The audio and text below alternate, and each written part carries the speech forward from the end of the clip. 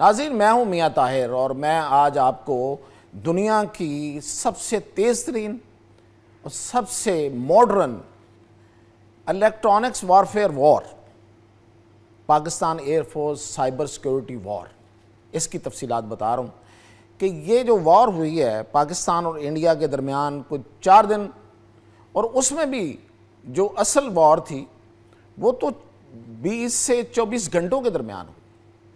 तो उसमें असल में ये सारी वॉर बड़ी प्रिसीजन की वॉर थी, बड़ी ही एक मॉडर्न इक्विपमेंट की वॉर थी।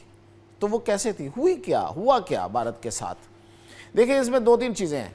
एक पहली बात तो ये है कि Pakistan air force cyber security force ने इंडिया को किस तरह से पैरालाइज किया, डिटेल मैं नहीं कह रहा, इंडियंस खुद मान रहे हैं, और वो कैसे हुआ वो बताता हूँ। और दूसरा, पाकिस्तान ने जब राफेल गिराए हैं तो एक बहुत बड़ा सवाल है, अभी भी कुछ लोग जो हैं वो इस पर सवाल कर रहे हैं, माहिरीन इस तक पहुंच चुके हैं, मैं माहिरीन की राय आप तक पहुंचाऊंगा कि राफेल कैसे निशाना बन सकता है दुनिया के जदीद तरीन जहाज़ों में से, फाइटर जेट्स में से एक जेट कैसे निशाना बन गया, उसको कैसे पता नहीं चला कि वो लॉक हो चुका है और मिसाइल उसकी तरफ आ रहा है। आखिर ऐसा क्या उसमें राज है, कौन सा खामोश मिसाइल था जो उसकी तरफ बढ़ा और कैसे बढ़ा, क्या सिस्टम इख्तियार किया गया, और कौन कौन से राफेल गिराए गए हैं। हम तो उसका नंबर भी बताएंगे कि राफेल कौन कौन सा है जो गिराया गया है। अगर आपके पास नंबर है तो आप बता दीजिए, मैं इंडियंस को कह रहा हूँ। और F-16 के हवाले से पाकिस्तान ने ऑफिशियली राब्ता कर लिया है, उसका क्या जवाब आया। तो इन सब सवालों के जवाब में सबसे पहले तो इस तरफ चलते हैं कि Pakistan air force cyber security force ने क्या उस दिन कमालात दिखाए। तो ये हमें बताने की बजाय इंडियन बता रहे हैं। तो ये है एक इंडिया का चैनल NDTV, उसका एंकर दुहाई दे रहा है इसमें कि पाकिस्तान ने हमारे पूरे सिस्टम को कैसे रोका, भारत के सिस्टम को रोक दिया, भारत पैरालाइज कैसे हुआ। देखें, जहाज़ का पूरा सिस्टम उनका, यानी कि एयरपोर्ट्स का पूरा सिस्टम जैम हुआ। ये देखें, लोग जो हैं वो पैनिक का शिकार हैं, सारा सिस्टम मैनुअल हो गया, ऑटोमेटिक सिस्टम, ऑटोमेशन फारक। और तमाम जो ये देखें स्टॉक एक्सचेंज, ये खुद कह रहे हैं, वो इंडियन खुद कह रहा है, स्टॉक एक्सचेंज बैठ गई, बैंक्स के सिस्टम खत्म हो गए, डिस्कनेक्ट हो गए, कंप्यूटर किसका चल रहा है किसका नहीं चल रहा, क्यों बंद हुआ है, इतना पैनिक था, पता ही नहीं चल रहा था क्या हुआ है उनके साथ। ये देखें, कंप्यूटर ब्लैंक, पैनिक है, पूरा भारत जो है वो मैनुअल हुआ पड़ा है। आपको पता है कि इंडिया में किस तरह से उनका इलेक्ट्रिक ग्रिड जो है वो ऑफ किया गया और अपनी मर्जी से उसको, ये सारा सिस्टम जो है वो दोबारा से बहाल होने दिया गया, उस वक्त तक जब तक इंडियंस ने इसको तस्लीम नहीं कर लिया कि हमारे साथ क्या हुआ। अच्छा, अब ये जो पाकिस्तान एयरफोर्स साइबर फोर्स है, इसने क्या किया है, इन्होंने ये किया कि इनके जो सैटेलाइट्स थे इंडिया के, मिलिट्री और सिविल दोनों, उनको डिस्टर्ब कर दिया। सैटेलाइट उनके डिस्टर्ब हो गए, उन्हें कुछ पता ही नहीं चल रहा था सैटेलाइट्स। और उनके जो फाइटर जेट्स हैं, इनके सिस्टम्स को जैम किया। ये ऐसे ही नहीं वो कह रहे कि 48 घंटों तक हम ग्राउंडेड रहे हैं, ये वजह थी।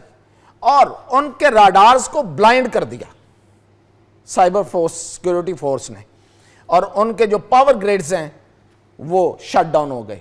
ये थी साइबर सिक्योरिटी फोर्स के कमालात। अब दूसरे सवाल की तरफ आते हैं कि पाकिस्तान ने ये जो राफेल है, ये दुनिया का, मैंने पहले बताया, दुनिया का जदीद तरीन जहाज़ है, और इसमें ऐसा सिस्टम है, ये बिल्कुल दावे से मैं बात कर रहा हूँ, कि जो पायलट को ये बताता है कि आपका जहाज़ लॉक हो चुका है, यानी आपका निशाना लिया जा चुका है, आपकी तरफ फायर आ रहा है। वो किस चीज़ का फायर है ये वो बाद में बताता है, पहले वो ये बताता है, और फिर उसके बाद वो उसको सिमुलेट करता है और ये कहता है कि आपकी तरफ या तो ये मैं बता रहा हूँ आपको कि मिसाइल आ रहा है, या आपकी तरफ को ड्रोन आ रहा है, या आपको किसी और चीज़ से हिट किया जा रहा है। ये और पायलट जो है फिर उससे फैसला लेता है, और वो इलेक्ट्रॉनिक सिस्टम जो उसके अंदर है, इनबिल्ट है, वो उसको तरीका भी बताता है कि अब आपने इससे बचना कैसे। लेकिन ये राफेल खड़ा है, इसका यहां से निशाना लिया जा चुका है J-10C से, इसको पता क्यों नहीं चला? उसकी वजह ये थी, ये जो Y-9LG एयरक्राफ्ट खड़ा है, ये इतने हाइट पे खड़ा है कि ये रडार में नहीं आ रहा, और ये है असल में इलेक्ट्रॉनिक्स वारफेयर। यहां से उसने सिग्नल दिया है J-10C को। J-10C को उसने कहा है कि मिसाइल फायर करो, उसने उसको पहला सिग्नल दिया है, ये मिसाइल फायर हो गया। अब ये जो है, ये सिग्नल उसको रास्ते में दे रहा है, ये पहला सिग्नल आया है, और उसके बाद ये उसको दूसरा सिग्नल दे रहा है मिसाइल को। अब ये जो मिसाइल है, ये इसकी रेडिएशंस नहीं है, लो रेडिएशन का मिसाइल है। इसमें समझने वाली बात ये है, ये सबसे बड़ी जो इसमें साइंस है वो ये है, मिसाइल जब फायर होता है तो उसमें से रेडिएशंस निकल रही होती हैं, और जो रडार है वो बेसिकली उन रेडिएशंस को ही पकड़ता है, वरना मिसाइल की कोई आंखें थोड़ी हैं कि वो देख रहा हो कि मिसाइल आ रहा है या नहीं आ रहा। वो रेडिएशन से डिटेक्ट करता है कि कोई मिसाइल आ रहा है, तो वो बताता है अपने सिस्टम को, या उसके मुताबिक वो जो भी कार्रवाई करनी होती। ये जो मिसाइल है ये लो रेडिएशन है जो फायर हुआ है, और इसको रास्ते में इसको वो डायरेक्ट भी कर रहा है कि नहीं इधर नहीं इधर जाना है। तो ये गया है और इसने जाके इसको हिट कर दिया है। ये जो राफेल है वो पहचान ही नहीं सका कि उसकी तरफ कोई मिसाइल आ रहा है और कहां से आ रहा है। ये भी बता रहा हूं कहां से आ रहा है, क्यों कि ये जो Y-9LG एयरक्राफ्ट है, जो मैंने कहा कि बहुत हाइट पे है, किसी को पता ही नहीं है ऊपर खड़ा है, ये बेसिकली मिसाइल को रास्ते से रीडायरेक्ट भी कर सकता है, उसकी सिमत भी बदल सकता है कि नहीं इधर जाओ। तो इस तरीके से ये राफेल जो है ये निशाना बने। अब अगली बात इससे कि राफेल तो निशाना बन गए, इंडियंस मान नहीं रहे थे, अब तो खैर मान गए, लेकिन पहली दफा मैं आपको बता रहा हूं उनके टेल नंबर। अब इंडियंस तस्दीक करके बता दें कि मैंने गलत बताए हैं, उनके टेल नंबर बताऊंगा। देखें ये जो राफेल हैं, जब ये इंडिया ने खरीदे तो इनके जो नाम है उन्होंने अपने एक उस वक्त के एयर चीफ बरिंदर सिंह धूना के नाम पे रखे। तो उनका जो टेल नंबर है वो BS से शुरू होता है, बरिंदर सिंह से BS। तो जो पहला मतलब अब मैं तरतीब वार बता रहा हूं, BS-018 हिट हुआ, बताएं जरा अपनी तस्दीक करके बताएं हुआ कि नहीं हुआ।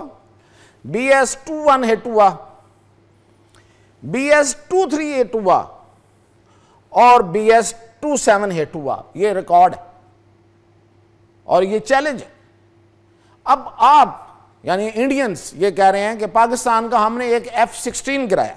अच्छा जी, वैसे इंडियन गवर्नमेंट ने अभी तक दावा नहीं किया, ये इंडियन मीडिया जो है वो सिक्योरिटी ज़राए से ये कह रहा है।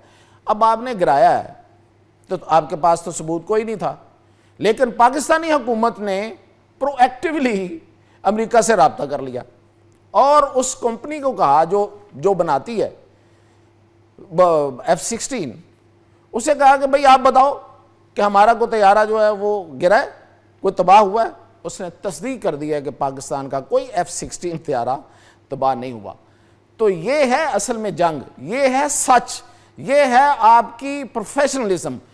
प्रोफेशनल फोर्सेस कभी झूठ नहीं बोलती, और जो सच है वो छुपाया नहीं जा सकता। और फिर कि जो सिस्टम हमने इस्तेमाल किया है उसको पूरी दुनिया जो है वो उस पर शशदर है, हैरान है, मुंह में उंगलियां दबाए इस वक्त खड़ी है कि ये हो क्या गया है। ये इतना बड़ा सिस्टम, इतना जदीद सिस्टम और इतना इंटीग्रेटेड सिस्टम। सबसे बड़ी बात इंटीग्रेशन की है कि आपस में पूरा सिस्टम एक दफा एक साथ काम कर रहा है। तो ये कैसे हो गया? ये ऐसे हो गया कि ये पाकिस्तान की महारत और चीन की टेक्नोलॉजी, पाकिस्तान और चीन की मुश्तरका टेक्नोलॉजी और पाकिस्तान की जो जुर्रत और बहादुरी, ये इससे मुमकिन हुआ है। तो मज़ीद अपडेट के साथ इंशाअल्लाह।